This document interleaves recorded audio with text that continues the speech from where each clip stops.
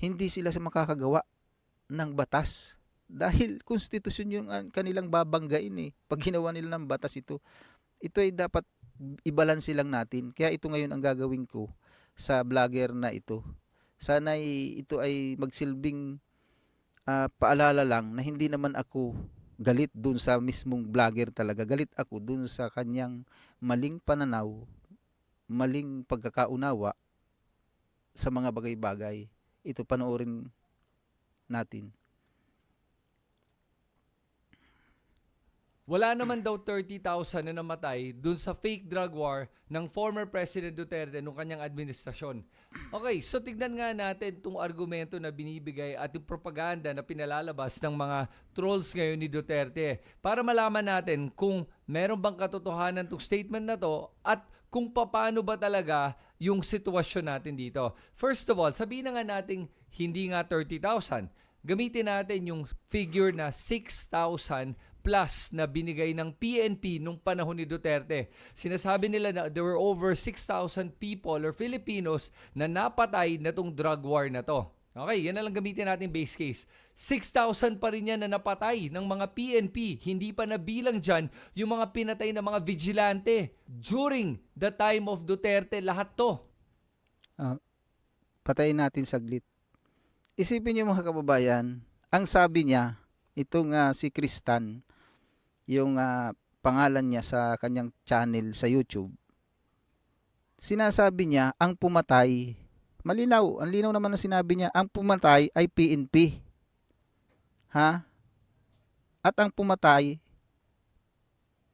pang iba, ay yung vigilante. Yun ang binibigyang diin ko lang yan, tuloy natin.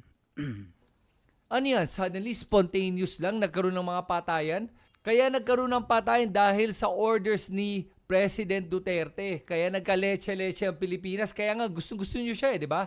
Kasi nga, Tingnan nyo, ang dahilan daw ng tawag dito, ang dahilan daw kaya nagkaroon ng mga patayan ay yung order ng ating Pangulong Duterte. Isipin niyo yun, sa salita pa lang niya, sinabi niya, katatapos lang, kasunod lang nung kanyang sinabi, ang pumatay, PNP. Ang pumatay, vigilante. Yun ang sabi niya eh. Mula sa bibig, kasusunod pa lang. Tapos sasabihin niya, ang pumatay, o nag-order na ibig sabihin ibibintang mo sa Pangulo, sa Pangulong Duterte. Isipin mo yan. Ano bang pangalan niya? Kristan. Kung sabihin ko, ang pumatay PNP, ang pumatay mga vigilante, tapos sasabihin ko sa iyo, ikaw Kristan ang mamamatay tao. Isipin mo yun, napakalinaw. Hindi naman ang pumatay ang Pangulong Duterte. Siya ay nag-order ng war on drug. Hindi niya inorder kanino mang pulis at walang makakapagpatunay niyan at walang lalabas na anumang balita na harapang sinabi niya sa isang pulis na pinapapatay niya ang mga involved sa droga. Walang ganun. Sinasabi niya yung salitang papatayin ko kayo hindi sa harap ng gagawa o hindi niya kausap ang gagawa. Ang kausap niya dyan ay hindi yung magpe-perform sa pagpatay. Napakalinaw. Ang kausap niya dyan sa mga pahayag niya lalo sa media, yung maaring tungkol dun sa ang tinutumbok niya yung sangkot sa droga. Dahil sa wikang ganun, ang gusto niya matakot at siguro sa ibang tao na rin. Pero pwera dito yung mga pe-perform sa pagpatay. Kasi ang pagpatay ay isang malinaw na kasalanan sa batas at siguradong mapaparusahan ka kung ang pagpatay ay mali. Pero dapat nating maintindihan na ang bawat pagpatay ng pulis may pagpatay na tama. Kaya nga sila may baril eh. Ano aanhin nila yung baril nila kung hindi ipapatay ng tao? Pantao talaga yan eh. Yung baril nila hindi naman yan i-design sa hayop. Kaya yung sinasabi niya na order ng Pangulo ang pagpatay, malabong malabo yun. Pakinggan pa natin ang susunod. Pinapatay nga niya yung mga drug addict, di ba? Yun ang sinasabi niyo eh. Alam po nyo, lahat tayo magkakasundo naman tayo na ayaw natin ng droga. Lahat tayo naman siguro magkakasundo at naniniwala na okay naman yung drug war na yan kung totoo. Problema lang dito kasi, no, hindi naman yung drug war eh. Yung mga inosente na napatay, na Ito, putulin natin saglit. Ang sinasabi niya, yun daw pag-order ng Pangulong Duterte sa war on drug ay fake. Hindi, ibig sabihin ay hindi totoo. Isipin nyo, kung hindi totoo, siguro man alam nyo ang napakaraming kusang sumuko. Kusa lang yan ha, hindi yan inaresto, hindi yan pinatay, hindi yan kinasuhan, hindi yan... Sa kusa lang ha, nasa pumapalo ng 1.5 million higit. Yan ay nasa record ng PNP. Isipin nyo, sasabihin yung huwad lang yung order na war on drug. 1.5 yung sumuko lang, iba pa yung mga napatay, iba pa yung inaresto, iba pa yung pirsahang kinuha ng gobyerno at dinimandahan. Isipin nyo, tapos sasabihin niya fake o huwad lang yung ginawang pag-order ng Pangulong Duterte na war on drugs. pinalalabas na collateral damage lang, pasensya na lang. As Bato would say, shit happens. Hindi po pwede yun eh. Yan po ang pinaglalaban natin. Yung mga maraming namatay na hindi dapat namatay. Kaya Isipin nyo, yung sinasabi niyang collateral damage. Yung collateral damage, ang binabanggit lang nito, yung mga tao, o may bata pa nga, na hindi naman sangkot. Hindi naman siya sangkot. Halimbawa, pinatay talaga, sinadyaman o hindi, o kaya naligawan ng bala. Itong balita na ito yung sa bata, ilan lang yan eh. Sa yung pwede mo talagang sabihin, collateral damage, sapagkat mabibilang mo naman sa kamay parang isa o dalawa lang o ano lang yan eh. Pero karamihan na nagsasabi kahit sa balita, ultimong yung nagdemanda na pare, involved sa droga. Yung mga pinatay, ang laging sinasabi ng kamag-anak, nagbago na daw. Isipin niyo yun, laging ganun ang sasabihin. Pero involved, o dating involved. Yung sinasabing collateral damage, lang talaga nito, napaka-kunti. At saka may mga kaso yan eh. May mga kaso yan sa korte.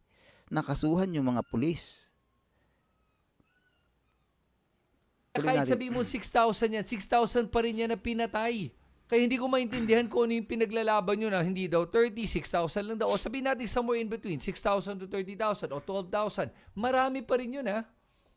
At ang masama dito, no, ay hindi nga lahat yun guilty. At sa totoo lang, hindi nga natin alam kung ilan doon ang guilty at ilan doon ang inosente. No, yung sinasabi niya, napakaraming tao na lahat na ng pinatay, isinama na niya. Hindi na niya, siya pa rin nagsasabi, hindi nalitis kung guilty o hindi. Kasi patay na. Ito, kasalanan ito ng mga buhay na kamag-anak. Dahil ni isa, wala silang pinursigi na kaso. Wala silang inilusot. Oh, bakit ganun? Libo-libo ipinapatay? Sasabihin nyo, ipinapatay ng isang tao. Napakalinaw nung kasasabi pa lang kanina, ang pumatay PNP. Ilan ba ang PNP? Oh. Ang pumatay vigilante. Ilan ba ang vigilante? Oh. Tapos ibibintang nyo sa isang pangulo na intensive yung ginawang pagtatrabaho niya tungkol sa war on drugs. Ang order niya. Hindi talaga makakasuhan kahit isa. Kasi wala naman siyang partisipasyon sa anumang krimen. Dahil tungkulin niya na magdeklara ng war on drugs kasi nga, pangulo siya. Paano mangyayaring magkaroon ng lulusot na kaso sa isang pangulo? Wala. Pero ang sigurado ako, may lumusot sa mga pulis. Oh, may lulusot sa vigilante o kung sino mang sumabay dyan sa mga pagpapatay na yan, may lulusot na kaso. Imposibleng hindi nyo mailusot yan. Hindi nyo nailusot kasi wala nga butas eh. Walang butas. Katunayan, ni isa, libo-libo ang sinasabi nyong pagpatay. Walang nailusot na kaso eh. Pinipilit nyo kasing yung lahat ng pinatay ay sa iisang tao ang may dahilan. Hindi ganun. Kasi lahat ng pangulo, kahit sinong pangulo ang ilagay nyo dyan, pag nag-order ng intensive na yung matinding pagtatrabaho ang gawin, ganyan talagang mangyayari. Dahil yan may mga armas yan at saka iba ang mga takbo ng utak ng taong gumagamit, lalo na pag may armas. Ito yung pakinggan pa natin yung sa bandang dulo na tayo. Halos ito lang din naman ang sinasabi. At saka si Baste, alam natin na sila, addict din sila. Oh, nagdodroga yung mga yan. Si Duterte din mismo nagdodroga fentanyl.